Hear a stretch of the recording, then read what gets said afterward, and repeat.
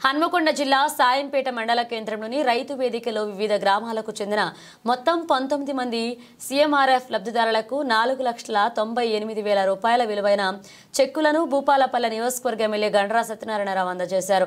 అనంతరం ఎమ్మెల్యే మాట్లాడుతూ అన్ని వర్గాల ప్రజలకు అండగా నిలవడమే రాష్ట్ర ప్రభుత్వ లక్ష్యమన్నారు.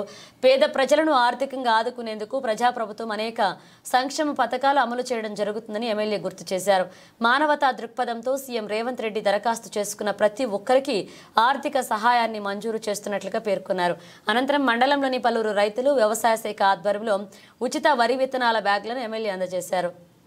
ఆ ధరణి పోర్టల్ వల్ల మన యొక్క అధికారాలని తీసి వేరే దేశపోనికి అప్పచెప్పి వాడి ఇష్టానుసారంగా మనకు హక్కులను కాలరాసినటువంటి మరి గత ప్రభుత్వం రైతుల హక్కులను కాలరాయడం జరిగింది కనుక దాన్ని దృష్టిలో పెట్టుకొని ఆ ధరణిని రద్దు చేసి కాసు కాలంలో పేరు ఎక్కియడం, అదేవిధంగా భూమి ఏదైతే కారజ్ ఖాతా కానీ సీలింగ్ ల్యాండ్ కానీ ప్రభుత్వ భూమి కానీ ఫారెస్ట్ భూమి కానీ ఖరీదు పెట్టి కొనుక్కున్నటువంటి భూమి కానీ ఆ భూములంటే మీకు సర్వే జరిపి పాస్ పుస్తకాలు ఇచ్చి రేపు రైతు భరోసా కానీ యాక్సిడెంట్ అయితే రైతు బీమా కానీ అదేవిధంగా బ్యాంకులో పోతే పంట రుణం వచ్చే విధంగా ఒక చట్టాన్ని తీసుకురావడం జరిగింది. అది భూభారతి.